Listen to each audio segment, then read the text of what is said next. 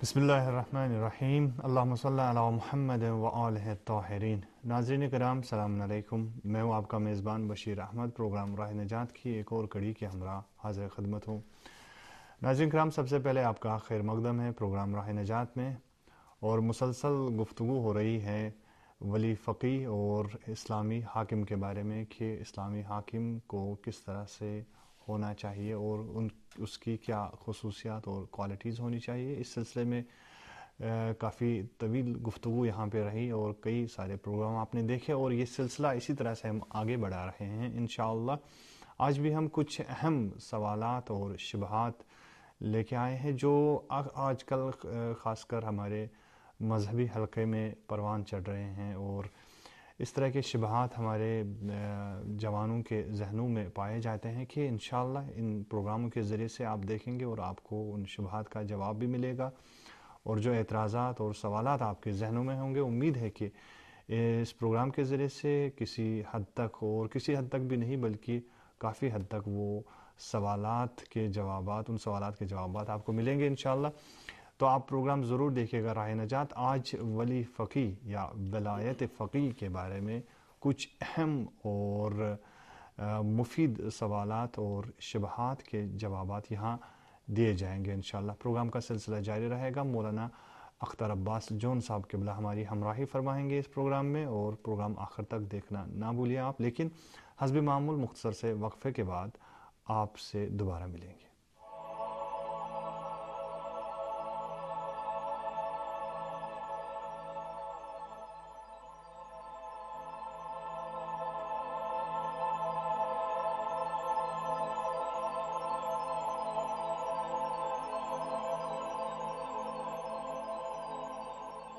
انسانی معاشرہ مختلف افراد سے تشکیل پاتا ہے۔ ہر فرد کے الگ الگ مفادات، دلچسپیاں اور ذائقے اور سلیقے ہیں جو ایک دوسرے سے بالکل مختلف اور بعض موقعوں پر ایک دوسرے کے تضاد میں ہوتے ہیں۔ چنانچہ اس کے لیے حکومت کی ضرورت ہے۔ انسانی معاشرہ چاہے بہت مختصر اور ایک قبیلے یا ایک گاؤں میں رہنے والے افراد کی حد تک ہی محدود کیوں نہ ہو، نظام اور حاکمیت کا محتاج ہے۔ مفادات کا تصادم، افراد کے درمیان اختلافات اور نظم و امن میں خلل ایسے مسائل ہیں جن کو حل کرنے اور نظم و امن بحال کرنے کے لیے مقتدر اور معتبر اداروں کی ضرورت ہے۔ چنانچہ اگر حکومت معاشرے میں سیاسی قوت، فیصلہ سازی، نفاذ قوانین اور امر و نہی کی طاقت کی حامل نہ ہو تو وہ معاشرہ ناقص ہوگا اور اپنی بقا کی صلاحیت کھو دے گا۔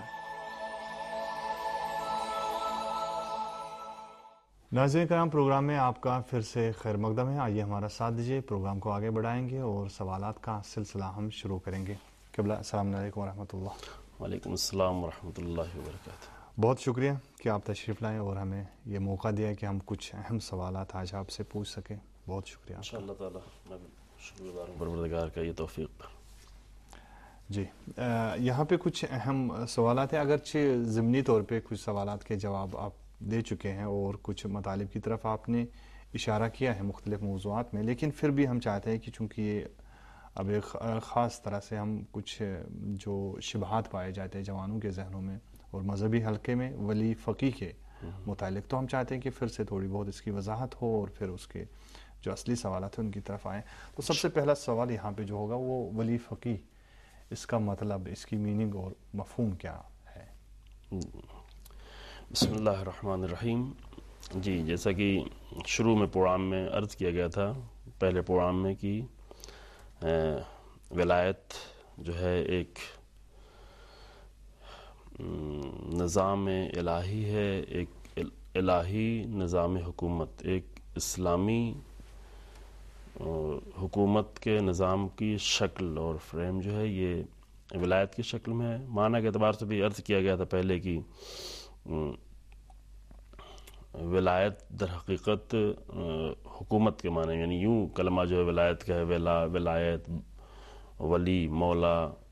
بہت سارے کلمات، تولا یا تولی جو اصلی لفظ ہے، اور اس طریقے سے موالات و توالی، یہ سارے کلمات ہیں، جو بہت سارے کلمات ہیں اس سے، کہ اس کے اصلی معنی یہ ہے کہ دو چیز یا چند چیزوں کا اس طرح ایک دوسرے کے ساتھ رکھنا کہ جن کے درمیان میں جدائی نہ ہو، کوئی فاصلہ نہ ہو ان کے ہاں فاصلہ نہ ہو اور رابطہ ان کا باقی رہے. اسی لیے اس لفظ کو جو ہے دوستی کے معنی میں بھی استعمال کیا جاتا ہے, آقا و غلام کے معنی میں بھی استعمال کیا جاتا ہے, آقا کے معنی میں بھی ہے, غلام کے معنی میں بھی ہے, اور بہت سارے اور معنی. لیکن یہاں جو ہم بحث کرتے ہیں اور جو ہماری بحث ابھی چل رہی ہے, اور جیسا کہ شروع میں عرض کیا گیا پہلے پروگرام میں, کہ وہ حکومت یعنی حاکم اور عوام کے درمیان میں رابطہ, ایسا رابطہ کہ جو ٹوٹنے والا نہ ہو. کہ عرض کیا کہ اصل میں اصل حاکم جو ہے وہ پروردگار کی ذات ہے, بالکل, اور اصل حکومت وہ اللہ کی حکومت ہے, اور اللہ کے قانون کی حکومت ہے, کہ جو اللہ اپنے کسی بھی منتخب بندے کے ذریعے سے, کہ سب سے پہلے انبیاء ائمہ علیہ السلام کی ذات ہے جن کے ذریعے سے یہ حکومت جو ہے وہ قائم کرے, معصوم فرد. اور لیکن اس حکومت کو میں چلانے کے لیے خود ائمہ کے دور میں بھی اور معصوم کے دور میں بھی جو والی ہوا کرتے تھے, کہ والی کا لفظ بھی جو ہے وہی ولایت ہی سے ہے, یعنی خود مثلا امیر المومنین اسلام کے گورنرز, چونکہ حکومت جو ہے وہ رسول اللہ کے زمانے میں اتنی وسیع حکومت نہیں ہوئی تھی کہ الگ الگ جگہ پر گورنر معین کیا جائے, کہ البتہ پھر بھی رسول اللہ کے نمائندے ہوا کرتے تھے جو مختلف علاقوں میں جاتے تھے. لیکن امیر المومنین اسلام کے زمانے میں یہ حکومت بہت وسیع پیمانے پر تھی. وہاں پر جو گورنر معین کیے جاتے تھے ان کو بھی والی کہا جاتا تھا, وہ بھی اسی معنی میں ہے. ان کے درمیان میں, عوام کے درمیان میں رابطہ, کہ البتہ جو گورنر ہوتے تھے وہ یعنی وہ معصوم, اصل قانون جو ہے وہ اللہ کی طرف سے ہے, اس قانون کو نافذ کرنے والی ذات جو ہے وہ انبیاء اولیاء خدا. اور ہماری جو بحث چل رہی ہے ولایت فقیہ کی بحث چل رہی ہے, یعنی وہی قانون جو اللہ کی طرف سے آیا ہوا ہے اور جو نبی صلی اللہ علیہ وآلہ وسلم کے ذریعے سے پیش کیا گیا, اور جس کا عملی نمونہ جو ہے خود پیغمبر اکرم صلی اللہ علیہ وآلہ وسلم نے اور ائمہ علیہ السلام کی زندگی میں جو نظر آیا, کہ خاص کر امام علی علیہ السلام کی حکومت جو تقریباً 4.5 سال سے زیادہ کی, اور امام حسن السلام کی حکومت تقریباً 6 مہینے کی, وہ اس کا ایک بارز نمونہ ہے. اور پھر اس کے بعد ائمہ علیہ السلام کے دور میں ولایت رہی, لیکن لوگوں میں قبول کرنے کی صلاحیت ختم ہوتی چلی گئی, جس کی بنیاد پر اللہ کی طرف سے ولی موجود تھا, لیکن لوگ جو ہے ان سے وہ رابطہ نہیں تھا کہ جو ہونا چاہیے. البتہ ایک گروہ پر پھر بھی ہر دور میں بہرحال نہیں, ایک تو یہ حکومت جو ہے وہ تمام پہلوؤں پر جو ہے حکومت باقاعدہ نافذ ہو, وہ جو ہے دیگر ائمہ کے دور میں نظر نہیں آئی. لیکن وہ لوگ جو امام کو ولی مانتے تھے, امام مانتے تھے, وہ اپنے اوپر امام کی حکومت کو تسلیم کرتے تھے, اور یہ سلسلہ جو اس طریقے سے جاری رہا. تو اصل معنی یہی ہوا کہ اس طریقے سے رابطے میں رہنا, کہ جو رابطہ ٹوٹنے والا نہ ہو, جس میں جدائی ممکن نہ ہو. اور اسی کے بالکل مقابلے میں برات ہے, یعنی رابطے کو توڑ کے رکھنا. رابطے کو تولا تبرہ یا ولایت و برات 2 کلمہ ہے جو اسلامی نظام کا ایک بہت اہم حصہ ہے, جس کو عام طور سے ہم بہت ہی بعد میں آ کر دیکھتے ہیں اور بہت ہی محدود شکل میں دیکھتے ہیں. یعنی ولایت کو بھی بہت ہی محدود نگاہ سے دیکھتے ہیں, برات کو بھی بہت ہی زیادہ محدود نگاہ سے, یعنی تولا اور تبرہ یا تولی اور تبری دونوں کو نہایت ہی محدود نگاہ سے دیکھتے ہیں. درحقیقت یہ اسلامی حکومتی نظام اور خود حکومتی نظام کے ساتھ ساتھ تربیتی نظام, چونکہ حکومت کا ایک بڑا کام جو انسانوں کی تربیت کرنا ہے, صحیح ولایت کے ذریعے سے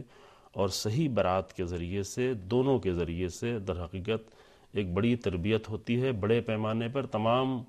حکومت میں رہنے والے انسانوں کی. جی یہ تو ولایت فقیہ, لیکن اس میں جو اصطلاح اور لفظ فقیہ آیا ہے, جی اس کی بھی تھوڑی بہت اگر وضاحت فرمائیں گے آپ. ہاں, یہ ہوئی ولایت, یعنی کلمہ ولایت کی کیا معنی, کہ ایک یہاں پر جو مراد حکومت ہے, اور حکومت ہی کی بحث ہو رہی ہے, وہ ولایت کی جس سے ہمیں پیغمبر اکرم صلی اللہ علیہ وسلم کی حکومت کے ذریعے سے, پہلے ہم بحث کر چکے ہیں کہ رسول اللہ نے باقاعدہ حکومت قائم کی, اور حکومت قائم کرنا لوگوں کے لیے بہت سخت تھا. اگر رسول اللہ صرف آ کر کچھ نصیحتیں کرتے, کچھ دین کی باتیں کرتے, کچھ لوگوں کی عبادت کراتے, تو شاید اتنی لوگوں کے لیے مشکل نہیں تھی, اتنا سخت نہیں تھا. لیکن رسول اللہ نے باقاعدہ طور پر حکومت قائم کی, اگرچہ حکومت جب قائم کی کہ بہت مختصر محدود جگہ تھی, مدینہ بہت چھوٹا تھا, بہت کم لوگ تھے, اور خود نمونہ بھی اس کا پیش کیا کہ کس طریقے سے جو ہے الہی نظام کی حکومت. البتہ ہم یہ بحث پہلے بھی کر چکے ہیں کہ رسول اللہ سے پہلے بھی متعدد انبیاء نے، خاص کر انبیاء بنی اسرائیل نے، کہ جو سلسلہ شروع ہوا جناب طالوت کے زمانے میں ایک نبی کے ذریعے سے معین کیا گیا ان کو حاکم اور سپہ سالار، اور اس کے بعد پھر باقاعدہ طور پر جناب داؤد، جناب سلیمان، اور جناب سلیمان کے بعد جو کافی بڑی مدت تک جو ہے یہ حکومتوں کا سلسلہ جو انبیاء کے ذریعے سے اور سب کچھ انبیاء کے اختیار میں ہوتا تھا اور حکومت سلسلہ جاری رہا، جو ایک بہت ہی عظیم دور گزرا. اور اسی دور کو دیکھ کر قرآن نے یہ کہا کہ انا فضلناکم علی العالمین، ہم نے تم کو عالمین پر فضیلت دی ان تمام عظمتوں کی بنیاد پر. لیکن خود انہوں نے اس کو جو ہے اپنے ہاتھ سے جاتا رہا، اپنے ہاتھ سے چھوڑتے رہے. یعنی اصل الہی قانون سے دوری اور الہی اصولوں سے دوری اور خود اپنے بنائے ہوئے اصولوں کی طرف آنا، یہ مشکل ہوئی بنی اسرائیل کی، جس کی بنیاد پر قرآن نے کہا کہ وہ قوم جس کو ہم نے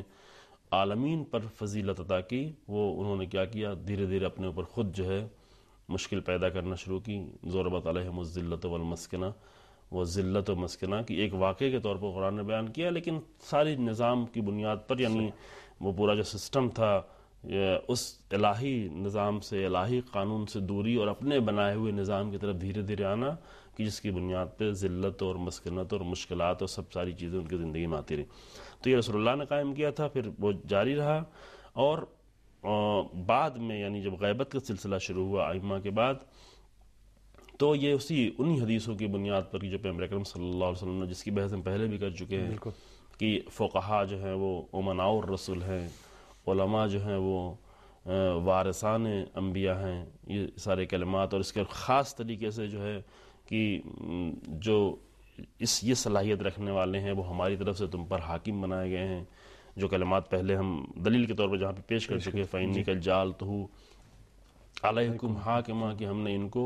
تمہارے اوپر حاکم بنایا ہے، اور یہ اللہ کی ذات ہمارے لیے حجت ہے اور یہ ہماری طرف سے حجت ہے. ان دلیلوں کی بنیاد پر یہ سلسلہ ولایت کا جو ہے وہ فقہا کے ذریعے سے، لیکن مشکل ہم بعد میں بحث کریں گے کہ کس حد تک وہ نظام آگے بڑھا. لیکن اصل فقہا کا لفظ جو ہے، فقہا سے مراد جو ہے ایک فقیہ، یعنی دینی شریعت بھی یعنی الہی قانون. کیونکہ یہاں پر جو ہماری بحث چل رہی ہے وہی ولایت تشریع یعنی شریعت کے قانون کی حکومت، چونکہ ایک الگ مسئلہ ہے ولایت تکوینی کی. ولایت تکوینی میں یعنی کائنات پر تصرف، اس کی ایک الگ بحث ہے کہ جتنا جو ہے بندگی انسان میں زیادہ ہوتی چلی جائے گی، اتنی اللہ کی طرف سے تصرف کا اختیار انسان کو ملتا چلا جاتا ہے. کہ یہ بھی ایک قانون کے تحت عبدی اطیعنی اجعلک مثلی، کہ انسان جتنا زیادہ اللہ کی بندگی کرتا چلا جائے، جتنا زیادہ اطاعت پروردگار کرتا چلا جائے، تکوینیات پر اور کائنات پر اس کا تصرف جو ہے وہ پروردگار کی طرف سے بڑھتا جاتا ہے. لیکن ہماری جو بحث ہے وہ یہ ہے کہ اللہ کے قانون کی یعنی شریعت کی حکومت، تو اللہ کے قانون کو سب سے بہتر طور پر جو جاننے والے ہیں کہ جو انبیاء اور اولیاء کے ذریعے سے، ائمہ کے ذریعے سے پیش کیا گیا ہے، وہ فقہا ہیں کہ جو دین کے فقیہ کے معنی اصل میں ہوتا ہے کہ گہرائی سے دین کو سمجھے ہوئے لوگ، یعنی دین کے تمام پہلوؤں کو تفقہ اور فقہ کا لفظ استعمال ہوتا ہے، یعنی گہرائی سے دین کو سمجھنا. ایک ہوتا ہے کہ آدمی جو سرسری طور پر مسائل کو جانتا ہے، کچھ عبادی مسائل، کچھ دیگر مسائل کو جانتا ہے، کچھ اجتماعی مسائل کو، صرف مسئلے کو جانتا ہے، لیکن نہ یہ کہ کس بنیاد پر، کس دلیل پر، کس وجہ سے اس کی دلیلوں کو جانے بغیر سے ظاہری مسئلے کو جاننا، یہ فقیہ نہیں ہوگا. فقیہ وہ ہے کہ جو دین کو گہرائی سے اور اس کی تمام بنیادوں کے ساتھ، اس کے تمام اصولوں کے ساتھ جو جانتا ہو. تو دین کے تمام پہلوؤں کو اگر کوئی آ کر گہرائی کے ساتھ جانتا ہو تو وہ اسلام کی ہماری اصطلاح میں وہ فقیہ ہے، فقیہ دینی. کہ فقیہ کا لفظ جو دوسری جگہ بھی استعمال ہو سکتا ہے، مثلا فقیہ لغت، فقیہ دوسرے علوم میں بھی ہو سکتا ہے. فقیہ سے مراد یعنی جو فقیہ دینی ہو، فقیہ دینی یعنی جو دین کے تمام مسائل کو گہرائی سے جاننے والا. اس لیے ولایت فقیہ کا مطلب کیا ہوا، یعنی ایسے انسان کی حکومت، ایسے انسان کے ذریعے سے دین کی حکومت در حقیقت کہ جو دین کے تمام پہلوؤں کو گہرائی کے ساتھ جو ہے جانتا ہو اور سمجھتا ہو. صحیح. یہاں پہ یہ اصطلاح بہرحال جس طرح سے ہم نے آپ کی زبانی سنا کہ یہ ائمہ معصومین علیہ السلام کے یعنی خاص کر امام زمانہ عجل اللہ تعالیٰ فرج شریف کے دور کے بعد یہ اصطلاح ہے ولایت فقیہ، اور جیسا آپ نے اشارہ کیا کہ یہ ولایت تشریعی ہے نہ کہ تکوینی. تو یہاں پہ یہ جو ہمارے گزشتہ فقہا ہیں، ایک تو یہ سوال ہوگا کہ کیا گزشتہ دور میں یہ اصطلاح کہاں سے وجود میں آئی، اور دوسرا یہ کہ جو ہمارے گزشتہ دور کے فقہا ہیں کیا ان میں بھی کوئی ولی فقیہ یا ولایت فقیہ کسی کو ہم کہہ سکتے ہیں، کسی کو یہ منصب حاصل تھا؟ جی ہاں، ولایت کی یعنی ولایت کی اصطلاح جو ہے یہ تو خیر ایک ہماری قرآنی اصطلاح ہے، یعنی اور ولایت کو پیش کرنے والے جو لوگ ہیں وہ بھی قرآن کی طرف سے اصول بتائے گئے ہیں کہ جو آ کر ان اصولوں پر چلنے والے ہوں، کہ اسی معنی میں یعنی حکومت کے معنی، ورنہ ولایت جو دوسرے معنی میں ہے کہ رابطہ مومنین کے درمیان میں رابطہ، وہ حتی مومنین کے لیے اور کثرت سے قرآن میں بار بار جو ہے وہ استعمال ہوا ہے، اور حتی دوسروں کے لیے کہ وہ دوسرے جو ہیں جو مقابل میں ہیں وہ لوگ بھی آپس میں ایک دوسرے سے رابطہ رکھے ہوئے ہیں، اور وہ اس بات پر راضی بھی نہیں ہوں گے جب تک کہ جو ہے تم ان کی پیروی کرنا نہ شروع کر دو. تو اصل ولایت جو ہے وہ اسی حکومتی معنی میں جو ہے وہ قرآن میں بھی بار بار استعمال ہوا ہے، البتہ وہ دوسرے معنی میں بھی قرآن میں ولایت کا لفظ جو ہے وہ استعمال ہوا ہے. فقیہ کا لفظ جو ہے وہ خود حدیثوں میں استعمال ہوا ہے، یہی فقہا اور علماء کے طور پر، چونکہ عالم اور فقیہ میں اگر جو حدیث میں کلمہ آیا ہے وہ معنی کے اعتبار یعنی وہ فرد کو دیکھتے ہوئے اگر علماء کا لفظ استعمال ہوا تو علماء سے مراد بھی وہ علماء نہیں ہے کہ جو چند باتوں کو جاننے والے ہیں، وہ علماء جن کو کہا گیا کہ جو امناء الرسول ہیں، العلماء ورثۃ الانبیاء جو کہا گیا ہے، تو اس سے مراد بھی وہ علماء نہیں ہے کہ جو اگر چند مسائل کو صرف جاننے والے ہیں، وہ انبیاء، وہ علماء انبیاء کے وارث ہیں جو اس پورے نظام کو جو انبیاء نے پیش کیا اس کو جاننے والے اور اس کو اچھے طریقے سے سمجھنے والے، یا فقہا جو ہیں وہ امناء رسول ہیں. تو یہ اصطلاح جو ہے وہ متعدد مرتبہ کلمہ استعمال ہوئی، لیکن ساتھ میں ملا کر امناء رسول ولایت فقیہ یہ اصطلاح جو ہے عام طور سے کبھی کبھی لوگوں کے ذہن میں یہ تصور پیدا ہوتا ہے کہ شاید یہ امام خمینی رحمۃ اللہ علیہ نے آ کر ولایت فقیہ کی نظام قائم کیا، اور نظام قائم کرنے کے بعد، جبکہ امام خمینی رحمۃ اللہ علیہ نے اس نظام کو قائم کرنے سے پہلے یعنی اس دینی حکومت کو قائم کرنے سے پہلے آ کر نجف میں تفصیل سے اس مسئلے پر گفتگو کی. تفصیل سے یعنی ایک حد تک، یعنی جتنا وہاں پر ممکن تھا، جتنا وہاں پر لوگوں کے لیے ممکن تھا، آ کر امام نے اس پر گفتگو کی، کہ وہی گفتگو جو ہے پھر کتاب کی شکل میں بن کر ابھی موجود بھی ہے. اردو زبان میں بھی وہ کتاب کی شکل میں ولایت فقیہ کے عنوان سے اتفاق سے موجود ہے. اور اس کے پہلے ہمارے بہت سارے علماء نے دو اصطلاحوں کے ساتھ کی. عام طور سے ہم اس کا اردو میں جب ترجمہ کیا جاتا ہے تو اس کو حاکم شرع کے عنوان سے ترجمہ کیا جاتا ہے، کہ معنی کے اعتبار سے اگر دیکھیں تو ذرا بھی دونوں کے درمیان میں کوئی فرق نہیں ہے. اردو جو توضیحات میں توضیح المسائل جو ہم جس کو کہتے ہیں، جس میں مسائل بیان ہوتے ہیں، وہاں پہ مختلف باب میں آ کر مختلف مثلا میراث کے باب میں اور دوسرے قصاص کے باب میں جہاں پر حکومتی نظام اس طریقے سے قائم ہوتا ہے، دیتیں جو ہوتی ہیں کہ جو بغیر حکومت کے ممکن نہیں ہیں، وہ بحثیں پہلے بھی موجود رہی ہیں. لیکن یہ بھی ساتھ ساتھ کہ حاکم شرع یہ کام کر سکتا ہے. حاکم شرع یعنی جو آ کر شریعت کی حکومت کر رہا ہو، یعنی وہی ولی فقیہ جسے ہم کہتے ہیں آج کی اصطلاح میں، یا جو یعنی آج رائج ہے. ہاں، یعنی بالکل وہی کلمہ ہوا، چونکہ ولایت یعنی حکومت اور فقہ یعنی شرع. ہاں،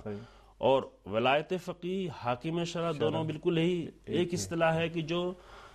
اردو زبان میں زیادہ تر جو ہے یہ مشکل اس لیے پیش آتی ہے. اردو زبان کے لوگوں کے لیے عام طور سے یہ کلمہ زیادہ آشنا نہیں تھا،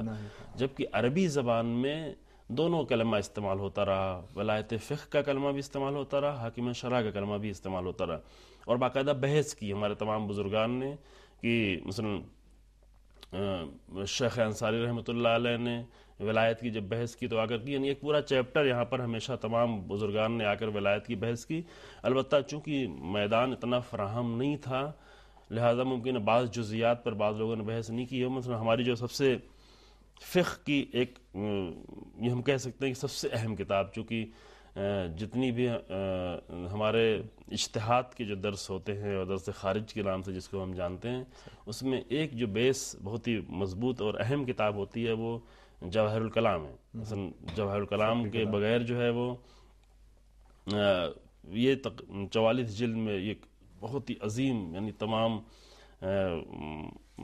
مطالب کو جو ہے آ کر تمام فقہ اس کو، البتہ دوسری بھی کتابیں ہمارے پاس ہیں یعنی فقہ کی اس طریقے سے بڑی کتابیں، لیکن چونکہ بہت ہی گہرائی اور بڑی دقت کے ساتھ یہ کتاب لکھی گئی لہذا تمام مجتہدین اور فقہا، یعنی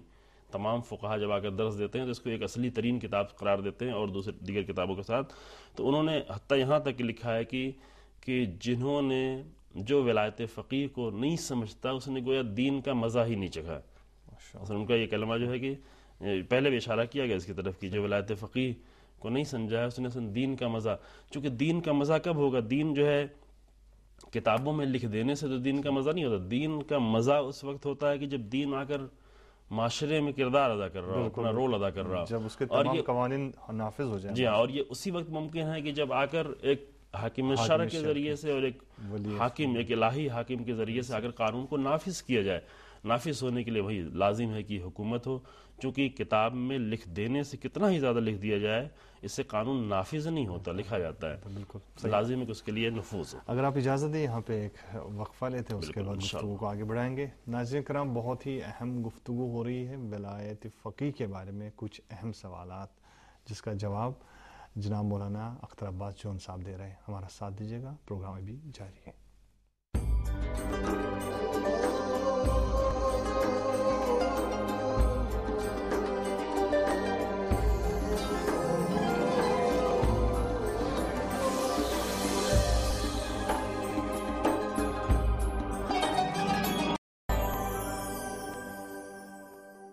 مرحوم شیخ صدوق امیر المؤمنین علی علیہ السلام سے روایت نقل کرتے ہیں کہ رسول خدا صلی اللہ علیہ وآلہ وسلم نے فرمایا، خدایا ہمارے جانشینوں پر رحمت فرما. آپ سے پوچھا گیا آپ کے جانشین کون ہیں؟ تو آپ صلی اللہ علیہ وآلہ وسلم نے فرمایا، جو ہمارے بعد آئیں گے اور ہماری سنت و احادیث کو نقل کریں گے.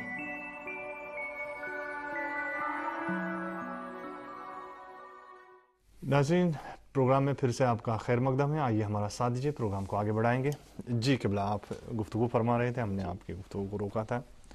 تو عرض یہ کر رہا تھا کہ یہ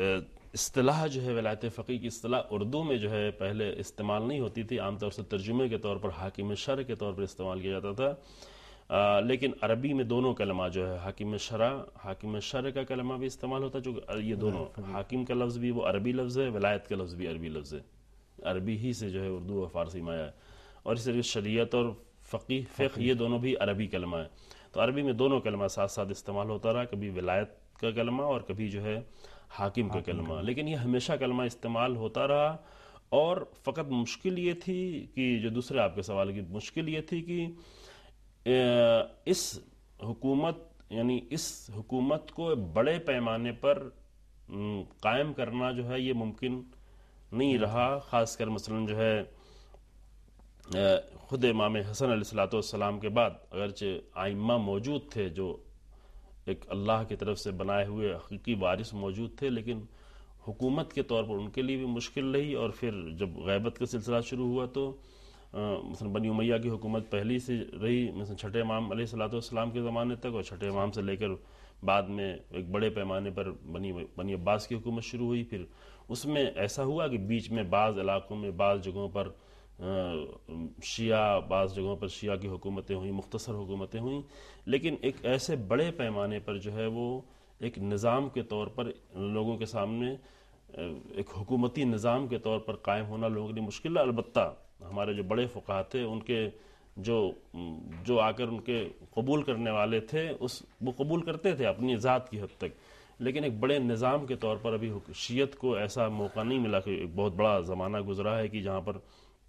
نہایت ہی مشکلات کا سامنا رہا تشیع کے لیے، کہ یہ پوری تاریخ ہے تشیع کی، اس میں حکومتوں کی طرف سے کس طرح کی مشکلات کا سامنا ان کو کرنا پڑا. لہذا اس طرح سے حکومت کے طور پر نہیں باقاعدہ طور پر قائم کیا گیا، لیکن یہ تصور اور یہ فکر اور یہ آئیڈیالوجی جو ہے وہ ہمیشہ شیعوں کے درمیان میں رہی، اور اس کی بحث بھی ہمیشہ رہی اسی بنیاد پر، کیونکہ نظام الہی کا قائم کرنا ایک صحیح طور پر ممکن نہیں تھا اس کے لیے کہ جو آ کر صرف جو ہے یعنی ہمیشہ شیعہ جو ہے مقابلہ کرتے رہے، اور ہمیشہ شیعہ حکومت کے مقابلے میں. اس کی وجہ یہی تھی مثلا کیوں جو ہے ائمہ علیہ السلام کے زمانے میں بھی اور بعد میں بھی ہمیشہ تمام امت مسلمہ جو ہے وہ حکومت کے ساتھ ہوا کرتی تھی، لیکن شیعہ اس کے مقابلے میں ہوگا. اس لیے اس کی وجہ کیونکہ یہ اس آئیڈیالوجی میں یہ تھا کہ ایسے افراد کو حکومت کرنے کا حق نہیں ہے. صحیح. جو لوگ حکومت کر رہے ہیں وہ حکومت کے صحیح حاکم نہیں ہیں. وہ اصل جو بحث ہماری جو ہے مثلا شیخ انصاری جو ہمارے بہت ہی عظیم فقیہ گزرے ہیں، اس کے پہلے کے فقہا بھی بعد کے فقہا بھی جنہوں نے آ کر ولایت جور کی بحث کی ہے، یعنی وہی مقابلے میں ولایت فقہا کے مقابلے میں، یعنی جو ولایت عدل کے مقابلے میں جو ہماری تمام اہم کتابوں میں ولایت جور کی بحث کی گئی ہے، فقہ کی کتابوں میں، یعنی ظلم کی حکومت، ولایت جور یعنی ظلم، ہاں ولایت ظلم و جور جو آپ کہتے ہیں، ولایت جور ولایت ظلم کی حکومت. کیوں ولایت ظالم حکومتوں کے مقابلے میں اتنی حدیثیں ہمارے پاس کثرت سے موجود ہیں تمام ائمہ علیہ السلام کی، یہاں تک حدیث موجود ہے کہ ولایت جور کو اتنا بھی آپ ساتھ دینے کے لیے تیار نہ ہو کہ مثلا قلم میں دوات میں قلم اگر دینا ہو یا سوئی میں دھاگے کی حد تک جو اگر مدد کرنی ہو، تو اتنی بھی یہ روایتیں باقاعدہ ائمہ علیہ السلام سے، امام کاظم علیہ السلام سے اور دیگر ائمہ سے موجود ہیں کہ اس حد تک بھی ان کی مدد نہ کریں. اور شیعہ ہمیشہ ان کے مقابلے میں قیام کرتا رہا. اس کی اصلی وجہ یہ تھی کہ شیعہ آئیڈیالوجی کے مطابق یہ جتنی بھی حکومتیں اگر وہ اگرچہ وہ مسلمان حاکم تھے، لیکن اس کے باوجود بھی یہ حکومتیں ایک صحیح حکومتیں نہیں ہیں، یعنی صحیح حکومت نہیں ہے، اور یہ حکومت نہیں ہونا چاہیے. یہ حکومت نہیں ہونا چاہیے یعنی کون سی حکومت ہونا چاہیے؟ یعنی ایک عدل کی حکومت. عدل کی حکومت کو ائمہ علیہ السلام کے زمانے میں اصل امام جو ہے عدل کی حکومت کو قائم کرے گا، اور ائمہ کے بعد جو ہے اس حکومت کو وہی جو اس نظام کو لے کر چل سکے جو یعنی وراثت کے طور پر اور امانت کے طور پر انبیاء کی اور ائمہ کی امانت کے طور پر. جی وہ فقیہ ہو جائے گا. جی بہت اچھا. امید ہے کہ ہمارے ناظرین کے لیے بھی یہ مسئلہ کسی حد تک واضح ہوا ہوگا. یہاں پہ کچھ اور سوالات ہیں یہاں پہ میں نے لکھے ہیں. ان میں سے ایک اہم یہ ہے کہ مثلا کچھ الفاظ ہم استعمال کرتے ہیں جیسے عالم ہے، جیسے توضیح المسائل یا دوسری کتابوں میں دیکھا جاتا ہے عالم ہے، یا کہتے ہیں کہ مرجع تقلید ہے یا ولی فقیہ. مثلا یہ کچھ ایسے الفاظ ہیں. کیا یہ الفاظ اس کے فرد بھی الگ الگ ہو سکتے ہیں یا نہیں؟ مثلا وہی ولی فقیہ ہی مرجع بھی ہے، عالم بھی ہے یا نہیں؟ کچھ افراد ہو. جی ہاں، یہ اہم سوال ہے جو لوگوں کے ذہن میں عام طور سے رہتا ہے کہ عالم اور مرجع اور فقیہ اور مجتہد اور بالکل بہت سارے یہ سارے کلمات جو استعمال ہوتے ہیں. میں آپ کی خدمت میں عرض کروں زیادہ وقت ہمارے پاس نہیں ہے، شاید ایک منٹ سے زیادہ وقت ہمارے پاس بہت کم وقت رہ گیا. مختصر ذرا دیجیے گا اگر رہا تو. جی انشاءاللہ پچھلی جو بحث تھی وہ بھی ہم تھوڑا اور کامل کرنا، لیکن ٹھیک ہے اس سوال پہ ہم تھوڑا جواب دیتے ہیں مختصر کہ یہ کلمہ جو ہے مثلا فقیہ اور مجتہد اور عالم، یہ کلمہ ایک ساتھ جمع ہو سکتا ہے، اسی کے ساتھ ساتھ ولی فقیہ کا لفظ استعمال ہو سکتا ہے، لیکن لازم نہیں ہے کہ ہمیشہ جو ہے جو مرجع ہو حتماً ولی فقیہ بھی ہو، جو عالم ہو حتماً وہ ولی فقیہ بھی ہو، جو مجتہد ہو حتماً ولی فقیہ ہو. ممکن ہے کہ بہت سارے لوگوں میں ولی فقیہ بننے کی صلاحیت ہو، لیکن ولی فقیہ ہونے کے لیے لازم ہے کہ ایک ایسا انسان ہو جو آ کر نظام کو چلا رہا ہو اور حکومت کے طور پر چلا رہا ہو. یعنی ولایت یعنی حکومت.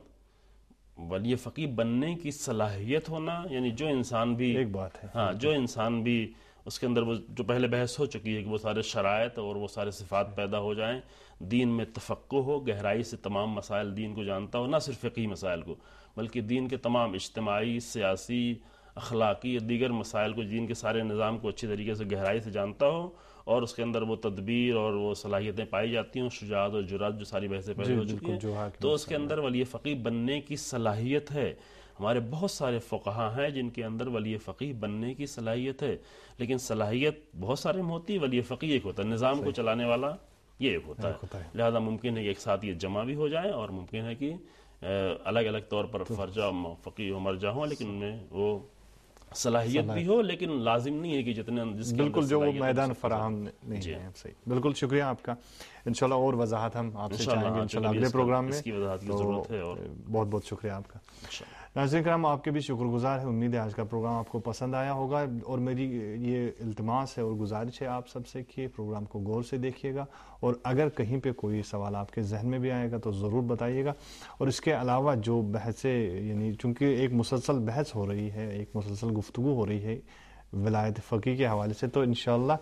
اگلے پروگرام کو بھی ضرور دیکھیے گا، چونکہ اسی تسلسل میں اور بھی کچھ سوالات ہیں جو آپ کے ذہنوں میں ہیں، اور ان کے جوابات آپ انشاءاللہ اگلے کئی پروگراموں میں دیکھیں گے، سنیں گے، اور اپنی رائے بھی ہمیں دیں گے. مجھے اجازت دیجیے. خدا حافظ.